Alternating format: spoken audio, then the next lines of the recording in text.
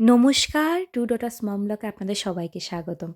আজকে আজকে যে ভিডিওটি করেছি সেটি হলো প্রত্যেকদিন সকালবেলা আমার যে ব্যস্ততায় কাটে সেটি ১ নাম্বার হলো আমার মেয়েদেরকে স্কুলে নিয়ে যাইতেই আমার অনেক সময় লেগে যায়। কারণ তারা ২ জনই খেতে বসলে ১-১.৫ ঘন্টা তাদের লেগে যায়।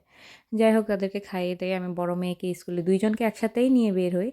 তারপর বড় মেয়েকে স্কুলে ঢুকিয়ে দিয়ে তারপর ছোটোটাকে নিয়ে হাঁটতে শুরু করলাম। তো ছোটো মেয়ে একবার কেরোসিনাতে বসে, একবার বলে আমি হাঁটবো, আবার বলে কেরোসিনাতে বসে, আবার বলে হাঁটবে। তো যাই হোক এভাবে করে কারণ কিছু বলতেও পারবো না। কারণ এখন স্কুলে যাচ্ছে। এখন যদি বকা দিই আবার কান্না করবে। কান্না করলে সমস্যা। কারণ এখানে বাচ্চারা যদি কান্না করে স্কুলের টিচাররা ওদেরকে জিজ্ঞেস করে কেন কান্না করতেছে? মাম্মা মারছে কিনা বা বকা দিচ্ছে কিনা?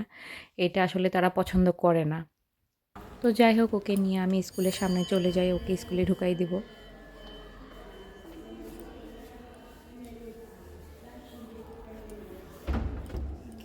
Buongiorno, ciao Kita.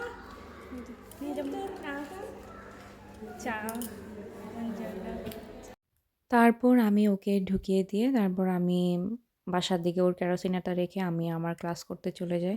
তারপর ক্লাস শেষ করে বাসায় চলে আসি। বাসায় এসে বাসার সব কাজ শেষ করি। তারপর আবার আঙ্কিতাকে স্কুল থেকে আনতে চলে যাই ৩টার দিকে। এটাই। এরপর মা মেয়ে হাঁটতে একটুখানি ভিডিও করলাম।